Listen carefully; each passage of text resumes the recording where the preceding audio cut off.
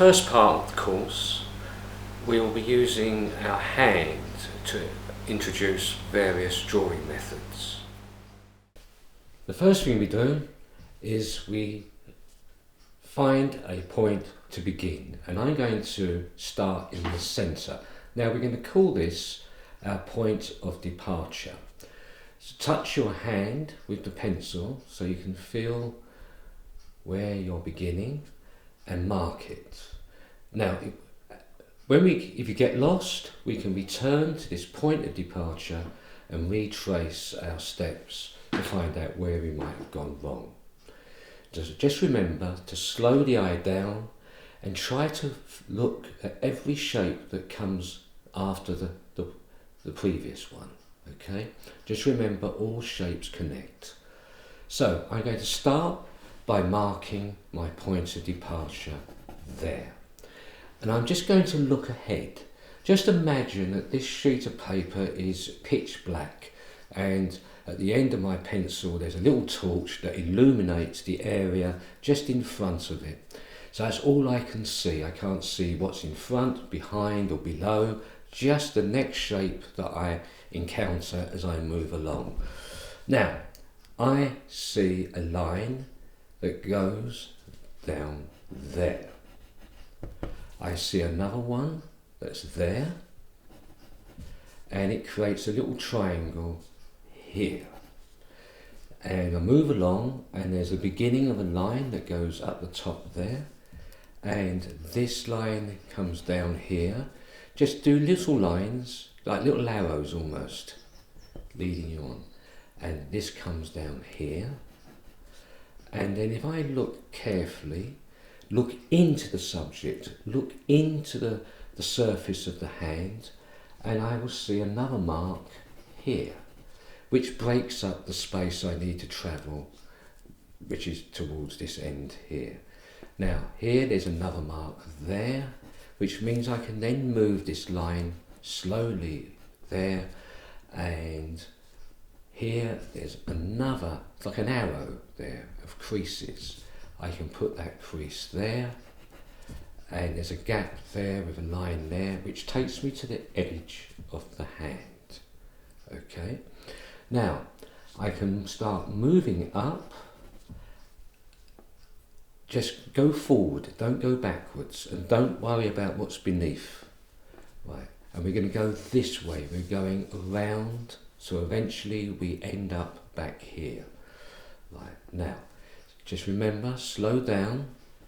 There's an angle here that comes up here, and it starts to go up here, and then there's an angle that goes even steeper here, and it goes up like this. So we've created this shape here, and there it is there. Now, at this point, I want to emphasize, don't worry about getting things right. Okay, you'll see in the next video what we will do to this drawing. So don't panic, just try and just go with the shapes as much as you can. You work from the general towards the particular.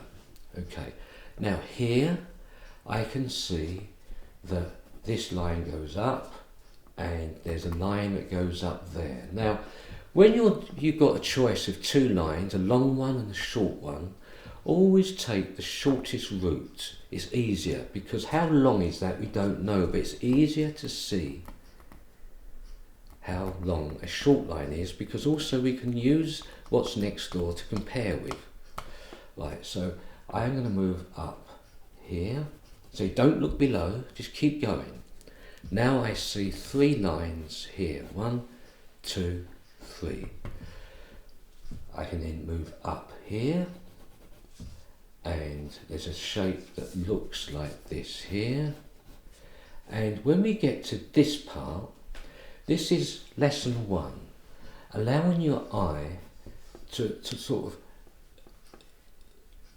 work out a shape by scribbling without trying to draw it. So just let your eye look at that shape, and then just allow the eye to tell the hand to scribble. Don't try and think about it, just do that. Just do that. Right. Now, just leave it like that for the time being. And then we go back down. And now there's a ring here. There's a gap. And there's a ring which is literally touching that line here. So we're now looking at comparisons. I'm looking at where that is in relationship to that. So I'm looking to the side to look where this shape helps me draw this shape. Very important. Right, so now this bulges out slightly here, and this line is 3 lines here which correspond to these lines here, just slightly higher. 1, 2, 3.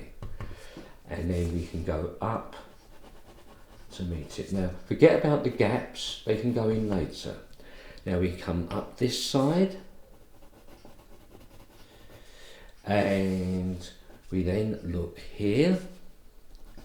There's another line there, so I'm going across.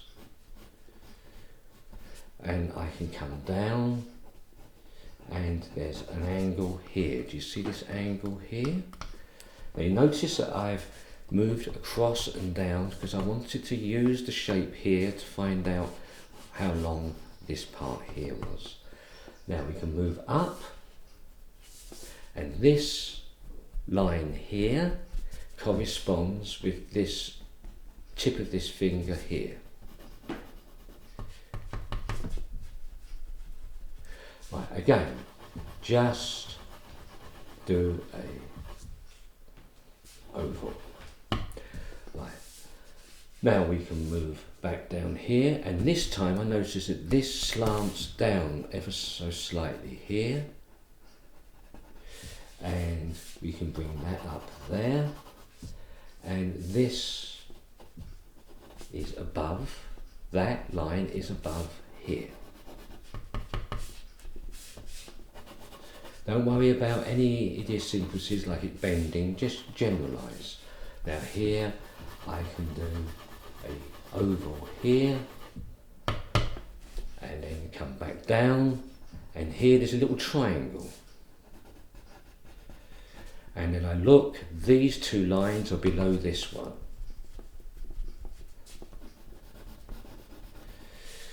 And I can place that in there. These lines are halfway up this shape here, and they correspond with this line here. So you can see I'm looking beyond this shape to the one here to help me place this line here. And we do another little oval, just quickly. Right, now, we now notice a line that's going down here, and there's a gap here, and there's a sort of triangle there. Okay, ignore all this round here, we're not interested. We moved away from the point, we can go back there later. Now here there's a triangle. Do you see that triangle? Just draw it in there, and then there's another triangle that comes in here. Do you see this triangle? Just draw it in. Okay, right, and there's another line there. See it? There. Now, so now we've got to this point here. Now, how do we know which way the thumb is going? We can use an arrow. Remember the arrow from the shapes that I said that you just need to know to draw anything. We're going to use this arrow here. Right, we're going to just very quickly draw it in the direction that you think it's going. You can also look at this shape here, the white triangle that is created between the hand and the thumb. You can put that in. Now, there is no space in the visual world. This is a shape. Everything is solid. There's only the distance between things, between here and there. This isn't a void, this isn't empty, this is a white triangle. Imagine it like a jigsaw, okay? Everything is flat, so there's no space. There's no such thing as negative space, which implies there's nothing there. There's always something there. So think of it as a positive space. Right, so we can move up, and we're going to say it's roughly there. Okay, right. And then we come down, okay, and we move across the base. We can see a little triangle here. Now how do we do this bit here? Now it's quite hard to do curves and control them. So what we can do, we can take a triangle and we can place a triangle there. Right. Now, if you imagine number 5, the number 5, it's nothing to do with the number itself, it's just the shape that carries these two shapes. It's a good way of remembering this. Wherever there's an angle, you can place a curve. Okay? You can place a curve over like that, that supports that curve, and that holds that curve. So here we can use this triangle to just, with little arrows, but I'm not going to do arrows, I'm just going to do dashes. I can break this curve up around the triangle to create the curve. Okay, and then bring it down here. Now, here we can draw an arrow pointing here, and there's a line that comes here which connects to this line there, and we can follow that round there and here. Now there's a line that goes up and it creates a triangle. Do you see that triangle? We can make that triangle there and here and there. Now, to say, don't worry about getting anything wrong. Now we can come back here and we think there is the curve here. Now, that is the first impression that my eye has of the hand, okay? It's just looked at the shapes, it hasn't looked at the hand in its entirety. Just by looking at these individual shapes, it's actually arrived at what looks like a hand, okay? Without actually trying to copy one. So that's what you need to do to begin with. Now, I'm only using a hand because it's a good vehicle to show this sort of exercise, but this way of concentrating on shapes and comparisons, looking at shapes next to each other and how they help each other being visualized, and also introducing an intuitive element in scribble, allowing the eye to sort of just feel its way around the shape. And here we've looked at what is a solid shape where normally you would have considered it a space, a gap, okay? And here we've started to introduce what I was talking about in the first video, which is about these two squares. Most of the hand has been drawn by looking objectively at one square, but here we've started to use the 3 squares to try and visualize something. Okay, we're using our imagination, we're seeing things that aren't there, i.e. a triangle. It's not there, but my mind is allowed to see it. Okay, so now we stop here and then we go on to exercise 2.